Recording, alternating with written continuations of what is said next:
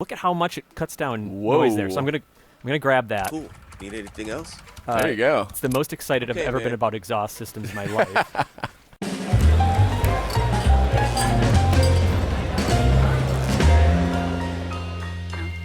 Hey everybody, welcome back to another episode of PlayStation Underground. You got Tim here and also Sid. Well, how do you do? Hey Sid, how's it going? It's going well. Looking forward to this one. Really appreciating the polish I am seeing on this. Oh yeah. I think Ben Studios really kind of used these last few months wisely. I see like just a nice, it just looks really buttoned up to me. And I really like the stylized, we're here with Days Gone on PS4 Pro, but yeah, I really like, in addition to just the sort of like really convincing visuals, but like the style of the, the mechanic bench against the back there. This is Copeland's camp, so we're about an hour into the game, and we're going to show off a little bit of the open world. So before we hit the road, though, Sid, I wanted to show you, I got some new upgrades here. So I got to level 1, basically by completing some quests, you unlock some reputation with the camp, and in this case, Manny here has some additional upgrades for me. I already... Fascinating. Yeah, I got a little bit of a better fuel tank now, so we can ride around a little bit better, extend our road trip. Always helpful in the Freaker Apocalypse. So helpful. And then this one I was thinking about, so this has always been my issue with using motorcycles in a post-apocalyptic world. You want to stay stealthy, right? But you can actually upgrade your exhaust, so look at how much it cuts down noise there. So I'm gonna grab that. Cool. Need anything else? There you go. It's the most excited I've ever been about exhaust systems in my life. Back to work. And so I actually have pinpointed a spot that I think would be pretty cool to check out once we roll out of camp here. Let's do it. Yeah, this is looking nice. Thank you for opening that gate. So one cool thing I'm going to do here is I'm going to swipe right on the touchpad. Ooh. So Boozer's hanging out up here. Again, I'm about an hour in. I've been kind of looking for some supplies to help out Boozer. But since it's opened up a little bit, I've been sort of exploring a little bit. I want to show you this spot right up here. You got a hot spot for us. I got a hot spot. All right. So in this time, I've been kind of getting acclimated with riding the bike around, and it's been feeling really good. You can drift with the circle button, but also like there's some nuances that are really cool, like coasting down hills to conserve on gas. So you're actually only using any fuel when you are actually accelerating. So that's a nice tip there. Yeah, I like that one. I'm digging this environment quite a bit too. This is set in the Pacific Northwest, which is not a setting we see a whole lot in the gaming world, or at least not to this point, and has just a really unique, very natural beauty look to it. It's really pretty. There was actually a moment the other day where I was playing, and like sometimes it's rainy, sometimes it's really sunny, and you'll hear birds chirping, and I forgot I was in a post-apocalyptic game because it was just really beautiful. Taking a shortcut. And so, as you see on the lower right, there are some icons next to the mini-map. There is this sort of screwdriver and wrench, looking like a skull and crossbones kind of, and then the gasoline icon. And those are some of where like the lighter survival elements of the game come into place. Okay. When I crossed that stream, I think I might have dinged the bike a little bit, so lost some of the durability. If that takes too much damage, your bike is toast. You gotta do like a field repair. Yeah, and then there's gas, which we upgraded a little bit of the tank, but there's been some tense encounters where, I've had to like coast into camp and just barely got in to refuel, because if you run out of gas out here, not good at all. So we've arrived at our destination, and we were talking a little bit about like coasting down hills to save gas. One thing that I've learned, and I would recommend to folks, is when you approach something like this, where it looks like, I don't know, there could be some freakers around. This is one of their feeding grounds, isn't it? Yeah. So this is one of the mass burials, and I'm just kind of walking my bike, and that is actually not as slow as you'd think it would be. And it's a good way to save gas when you're exploring, but you want to kind of stay on your toes and be able to bail. And something Sid, you and I learned when we were playing the game last was to make sure to have an exit strategy. Yes, very important in this game. I mean, one of the things I learned very quickly with my limited hands-on time with Days Gone is nothing is very routine in this game. Yeah. Anything can happen at pretty much any point. which is why I wanted to make sure to position the bike so I got an easy getaway. Smart. I've been interested in checking out this MMU, which are kind of like environmental puzzles. So this one, I think, you know, we've seen some examples where if you get the power, you have to get the power generator turned on. Figures. And a lot of times there will be alarms that will get set off here. That's not good. Freakers respond to noise, right? Yeah, exactly. And speaking of freakers, there's some pretty ominous music that's kicked in here. They hibernate during the day. Way onto the roof. But I'm still kind of staying on my toes here. Ooh. Yeah, so I have all the doors are locked on this one, so I'm gonna give this a shot. See, this is what happens when you don't put your parking brake on. It's true. People could just like when you're not around, people shove your cars around and use them to solve puzzles. It's an epidemic. It's a real problem. Some things never change in the freaker apocalypse. You say freakers are the problem. I think it's people moving your cars around. So what's the point? Like, why would you want to get into this place? So there are, this is Nero's mobile medical unit. Oh, dear. Oh, God. Hold that thought. All right. All right. So I think that we've stumbled upon a smaller horde. Sorry. I'm trying to equip my pistol here. Okay. I'm going to detach my silencer. So, yeah, so this is a horde. 1 second here. Fun. I also have a little bit... Oh, nice one. All right, so that's not even, I think, half of the problem addressed here. I'm going to grab my handy-dandy bandage here as well. So I have encountered a smaller horde like this a couple times. The strategy that I like to employ here is to kite them around as much as possible. Mm-hmm. You got to really look the devil in the eye here in some situations. Oof. Oh, no. All right. And sometimes you just got to keep moving. Yep. My stamina is not incredible, but one other strategy here, I'm going to actually pull out my Molotovs, and hopefully I get a little bit of a conga line here. Here we go. Oh, okay. Nice one. Okay. And I'm going to recommend also that you do a few dodge rolls in there. Yeah. And you know, one thing I've noticed too is you'll always have the one guy who's just nipping your heels, and you want to take them out because they can really throw off your rhythm here. Oosh. Okay. This is getting a little Sid, freaky. My heart is racing. Okay. What's the plan? I'm gonna also kite them past these barrels, and hope that I can get enough of them bunched around it at once to thin them out. All right. Okay. That helped. That worked out all right. And again, trying to not run constantly, not to drain my stamina, because you're going to need it in bursts. Interesting. Yeah, I mean, Ben Studios pointed out a number of times that Deacon is sort of no athlete. And he makes comments about that, too. He's like, oh, man, I need to get in shape, which I can relate to. It's the one thing I can relate to with Deacon, I think. So, let's see. This is, and this is not a bad... Okay. All right. Oh, you see? That's what I'm saying. There's, you got to be careful about the guys that are nipping your heels there, so... I like this inventory management system. It's a little bit reminiscent of Horizon, but... Oh, the weapon wheels is really slick, and I love that you can, craft within it as well, which, speaking of that, the Molotovs are so handy, but I got one left, it looks like. So this might be another good opportunity for a pipe bomb I picked up. I haven't learned how to craft these, but I have encountered some in the wild. Okay. I think we have another explosive barrel. Oh, God. Grab some ears. Okay, here it is. Okay, good. Okay. You see, but I don't want just the one guy. I want all of them. Excellent. Now, this is actually a pretty small horde. It is. This is one of the more manageable hordes.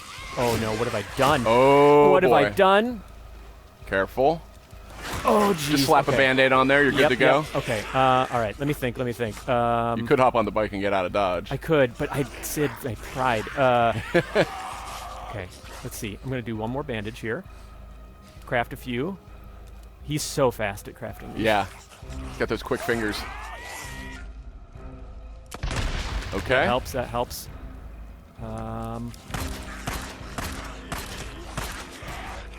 Now, worth pointing out that these things are not zombies. They are actually alive. Yeah. And there is sort of this ecosystem element to it. That's one of the reasons we're at this feeding ground here, this mass burial site, and this is where these things congregate.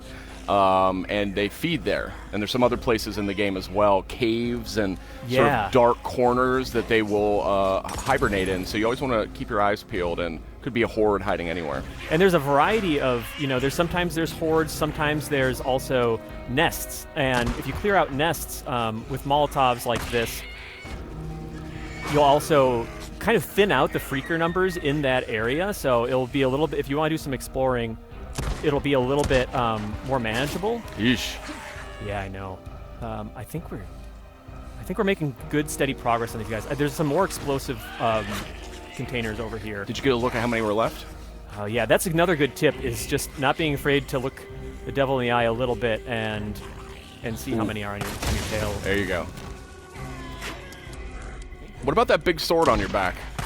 It's a great idea. Oh, yeah. So, yeah, it's actually a lawnmower blade. Perfect. See. We got one more. A sling blade? Isn't that what they're called? Yeah, like a... Is that what those are called? I think we so. got it. Okay, actually. That's the Death Train Horde. Okay. And so that will also get me some rep with Copeland's camp and unlock a second level of like bike upgrades. And as you see here, there's a Horde Killer sort of challenge that you're working towards. And there's a lot of hordes in this game, and that was, as we pointed out, a very small one. Yeah, one's much bigger than that. But much bigger. Thought it would be cool to be able to kind of like... and, you get experience points and can unlock new skills. So now that we have some new skills... I love this UI, by the way, using the touch bar on the touchpad on the DualShock 4. So you see like sort of the compass in the upper right, and this is kind of like a nerdy thing to get excited about, but I'm into it. And then, I'm swiping up, right, and left, and it's just really nifty to go straight from gameplay into the specific menus. But I'm in skills here, and I've already invested in focus, which I would recommend making it basically your first skill spent. It's basically a little slow down time and can breathe a little bit.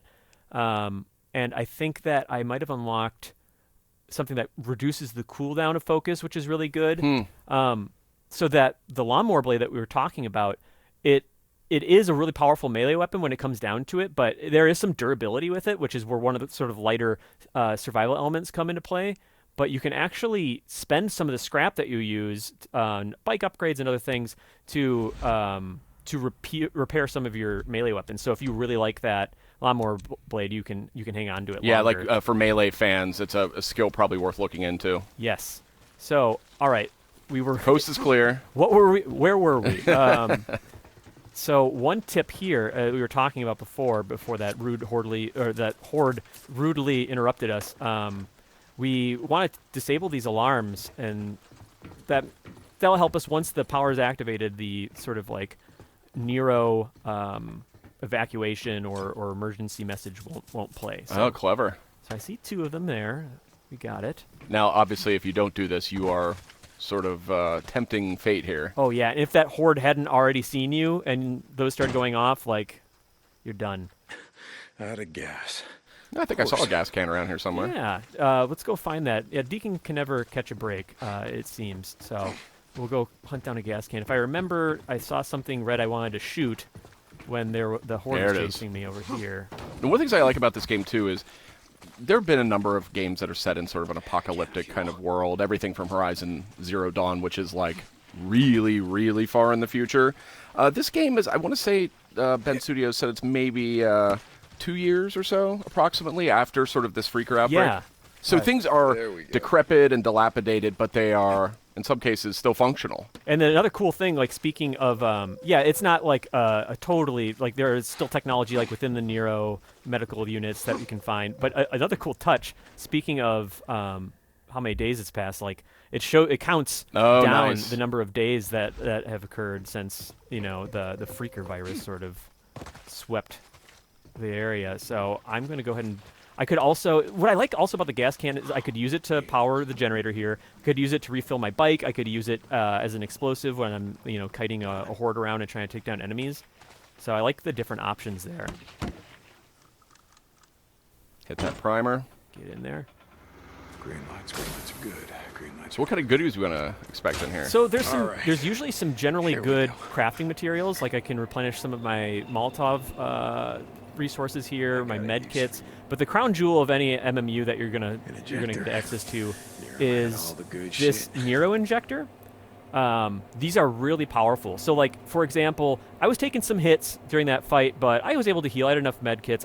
Focus was great, but the real problem, I think, with that was my stamina. Yeah. So I, choosing to lean in that direction, and, you saw his stamina meter just increase a little bit there, which is really handy, so... We've learned another lesson here from Days Gone and the Freaker Apocalypse. Just grab needles, jam them in your arm. Anything, yeah. Everything helps. Yeah. He actually, in the first one, it's funny you say that, in the first time that you see that, he picks up the injector and he's just like, why not, basically. It's like, what do I have to lose? I love it. So that was a pretty successful stint there. Yeah, nicely done. Thank you. And this is like, what, you said an hour or two into the game? Yeah, and you can already take on some Freaker hordes, and this one is just north of one of your first camps here.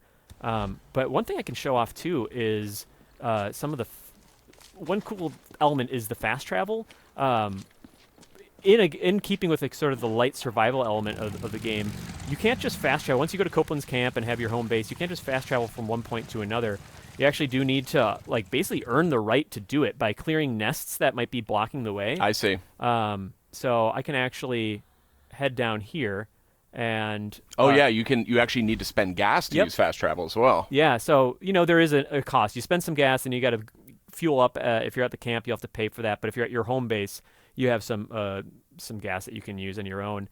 And then aside from just exploring the open world, some of the things I've been up to is again trying to help Boozer recover from some injuries that he sustained, and there's this ongoing mystery of Sarah, Deacon's wife, and trying to kind of maybe find out what's going on there.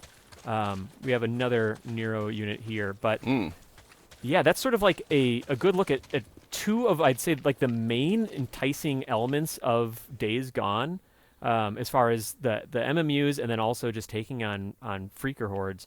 We also have a nest up here, if we wanted to take a look at anything else. Yeah, let's check it out. Okay, cool. I can get back on the bike there, and we can head in that direction. And what's nice is that the bike actually shows up on your minimap, so that you won't lose track of it. It's super important because I think, you're not going to want to go out without the bike. It's not just like an option. You see, now that I'm on it, I can actually quick save. Yep. So it is essentially like your lifeline in the world. So I'll actually go back to where Boozer's hanging out, and then I'll gas up from there. Perfect. So what's standing out to you? You've had a little bit of time with the game. What's been standing out to you most, would you say? So it's really a confluence of things. I think there's just enough survival mechanics with the bike management and the upgrades, and upgrading Deacon, but also the weapon durability, that it scratches a lot of the itches I have for that sort of genre. But I've never gone whole hog in survival games where it's just like you're managing hunger, and thirst and sleep. Yeah, you can sleep in this game, but it just advances time. Mm-hmm. So it has just that right amount of it. But also, I don't know if I've played, that I can think of personally, a open world game that sort of satisfied this sort of post-apocalyptic survival element of like all these cannibalistic creatures around you. Like, I'm a sucker for, we were talking a little bit earlier today, games like, Infamous Second Son, where you're slowly reclaiming parts of a map and sort of, staking your claim, and the idea that you can clear out these nests and make it a little bit safer to explore, and then the satisfaction of taking down a horde. I'd say taking down the horde has been one of my favorite elements of the game. That's cool. And one of the things about this game, too, is you never know exactly what's going to happen. So we don't know if we're going to come across maybe a Rager Bear or another horde as we kind of make our way here. And I think that's what's going to be really fun to see. You and I had an experience when we were playing a little while ago where we were on a sort of a bounty mission. We were taking out a bad guy. Oh, what do we have here? I was just seeing if I could just cause some a little bit riffraff. of a ruckus. Just to see if what you're mentioning is some of the emergent things that can happen. usually, you know, you're mentioning that you're fighting some enemies. Careful. I think I'm out of No ammo nitrous. there. But you can also ram enemies on your bike, which can be, you know, there we go. Give him a little playful nudge there. But I'll leave him be for now. Oh, excuse me, tree. But we were just taking on a mission. We were going after a bounty, actually, and we cleared out the camp, and we were starting to loot. There's loot everywhere in this game. Oh, nice. No, that's gonna take a toll on your bike. That's the trade-off. But we were clearing out this camp, looting bandages and ammo, and which gun do I want? And there's a bunch of different rarities to weapons. There's all different classes of weapons. There's a lot of cool loot stuff. We were a couple seconds into that, and just this horde just drops down. There must have been one nearby that we didn't know about. Yeah, and I mean, it was like a tidal wave. It made that last horde we saw look puny in comparison. They just flowed in all at once, and it was like, you know, you end up in this rhythm with some, you know, open world style games where it's like, okay, I cleared out, or any game, and you clear out the area, and you're like, okay, I've earned my freedom to go and root around and open every drawer. But you would cause such a ruckus that it's like there was a consequence to how loud that firefight got, which is sort of another side of the coin of, like, you know, being stealthy is great in that it makes encounters a little bit easier, and you can, you know, save some ammo, but also just reducing the risk of bringing a horde down on you is another reason to go for stealth. Indeed. So that was cool.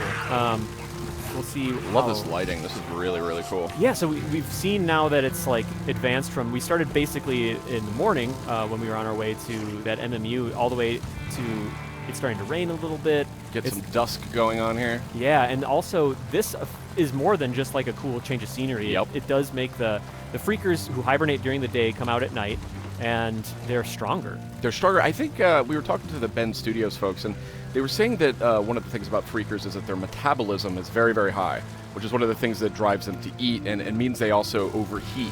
So it's one of the reasons that they, you know, they like to be particularly active at night when it's cooler.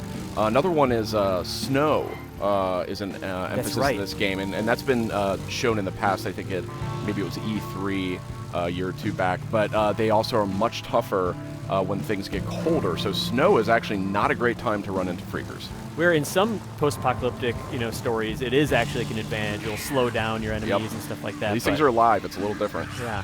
So this should be a. Oh no! This is way more active than I could have imagined. What's the plan? Okay. Yeah, the plan. So have I taken my own advice? Have I parked my bike in a strategic manner? I don't know. The classic is you park it like you do in real life, like right up against the wall, and then you can't get out when you need to. It's like this apocalypse will reward any of those folks who are militant about backing into the parking spot. They annoy me like crazy in real life, but they're going to be the ones to survive this. Okay. I want to save my. Man, this is a tough one. So there probably wouldn't be this many freakers if I had come here during the day. But I can thin them out a little bit here. Nice dodge. Again, that's going to come in handy. I love games with dodge. It's just so much fun. Come on. And the stamina meter. Oh, I got. Ooh. Careful. Yeah. You gotta think on your feet a lot. So I have a lot of crafting materials, but not enough to make a Molotov right at this very minute. I used a lot on my horde encounter there. Unfortunate. Nicely done. Yeah. And I can also lean on my... There you go. I was going to suggest that. Ooh. Down you go. Down you go. You know, I spent some more time with Deacon while playing the game, and he is like... He's kind of a goofball. In some scenarios, he's very, like... When he's on his own, you can tell that he's spent a lot of time by himself, and... Oh, man! I did not see them coming at all. And he kind of like will make comments on radio shows and stuff like that. Oh, really? And he just kind of cracks himself up sometimes. It's kind of funny.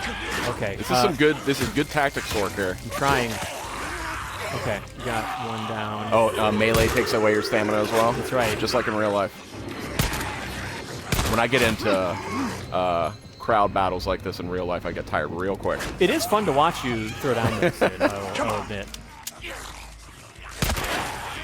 Okay, I think Is this the nest over here? Yeah, I think wonder it is. They It looks might like it. be continuing to generate around here, so maybe I would need to come back with. You know, there's probably a gas can or something nearby that I might be able to toss in there. I'll take a couple pot shots here since I got a minute. They're definitely tougher. Yeah, definitely. Like, I think I was taking down freakers in about about three hits before, and with my melee, and Bow gun. it's taking a little bit extra. Okay. You gotta have a bow gun. Okay. So let's see if I got enough for a Molotov. I think I might just be missing one reg, and it's like really cleanly laid out for you. I'll switch back to the machete. You can see when I'm looking over the materials in the middle there, I can see I'm just missing one reg. So let's take a quick look here. Surely there's something around here. Discarded pair of underpants. Yeah, just use your own. Just use your own. There you go. You can hide in these things, right? Yeah, that's right. So I totally could have hidden in there. Let me just take a jump. Yeah, just dive in. A little dumpster dive. Nothing wrong with that. So great when freakers are bearing down on you, if you just need to take a breather. But also, if you do that while there's human enemies around, I don't think they'll fall for it. They don't fall for it. Oh, my poor bike. Aw. Got Swarmer ear. So I'll just take a look here. It's got to be something. Deacon's a smart guy. You can figure this out. Yeah. Oh, and this is also I think a tree that I can use to craft some more bolts for my. Oh, interesting. Yeah. Oh, and some scrap. So if you look close enough, you're gonna find some good stuff. A lot of times, also it's not every car, but the treasure chest sort of the world, so to speak, can be trunks. I mean, in real life, I find that to be true as well. Yeah, I mean, especially a flatbed truck like this, it's just like, hey, well, that's mine now. And then you'll also get scrap from underneath the hood sometimes. So, is this it? Precious rag. Oh, thank you. All right. I was so worried. Okay, so we might be able to take this little That's a nest. here. This is and very satisfying. be a good way to close out our episode here is one of the other activities. Oh, that newt did not like that at all. Or no, that's not. That freaker. Yeah, okay. Excuse me. Come on, guys. Okay, so they've depleted me of some of my Precious stamina. precious stamina and ammo. Oof. All right. Get one more shot with Oh, my nicely focus done. there, and then hopefully clean her out here. Great. She's earned the rest. There you go. So that'll blaze down that nest, and again, like make this area a little bit quieter at night, and allow me to explore a little bit more. And like, there's a lot to explore. More nests around here that I could clear out. The map expands. I think my next mission has me going even further west, so there's a lot more to do here. But It's pretty big, yeah. It's been a lot of fun. Like, I'm excited to like burn a whole weekend or 2 or 3 and just dig into this.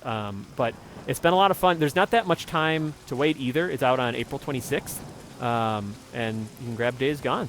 Fantastic. So, Well, thank yeah. you, Tim. Yeah, absolutely. Thanks for watching this episode of PlayStation Underground. We'll see you next time.